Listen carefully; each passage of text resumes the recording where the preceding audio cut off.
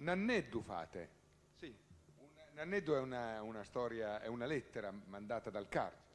Sì, no, più che dal carcere era uno che un dissidente, uno che invogliava la gente ad aprire gli occhi e raccontava le cose brutte che stavano succedendo nel mondo a un amico, dette neanche tanto sotto metafora, dette un po' come erano, raccontate a questo amico e è venuta fuori questa poesia che poi tutti i sardi hanno musicato in seguito a modo loro, più o meno mantenendo sempre quelle tre note, non di più, non si sprecano mai con le melodie e con i balli. Infatti noi ne aggiungiamo qualcuna sempre, se no ci troviamo con poco, però molte volte il poco va bene. Il sardo è molto essenziale. Sì, pure troppo. Tazenda, Nanneddu.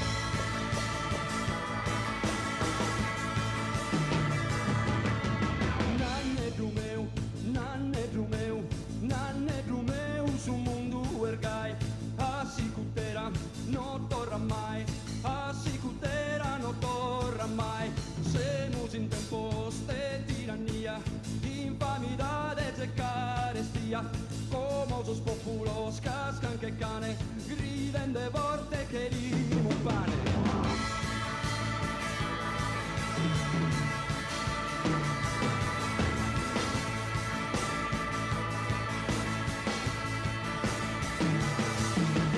Fabitus noi semus papate, pane castanza, terra culante, terra caffango, sutta superu, senza alimento, senza ricoveri, semus idinto, si sa puntare, pretende sappa parimus rara, teus un famene chi forte sola, sai annato tu te non perdona.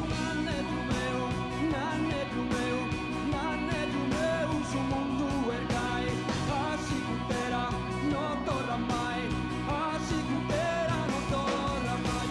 Putas banderas, numero 30, per mi da altita, apenas mortas, tusas banderas, no più son serva ni breaquera, son tristos cortos, aquelos grasa, llenos de tibias, llevan a casa, de gallito tú, fagimus guerra, propagas dies de vida eterna. Nanneddu meu, su mundu ergai, assicutera, non torna mai, assicutera, non torna mai, seduci in tempo, le tirannia, infamia de scarestia, como sos populos, casca che cane, griden de volte che rimo pane.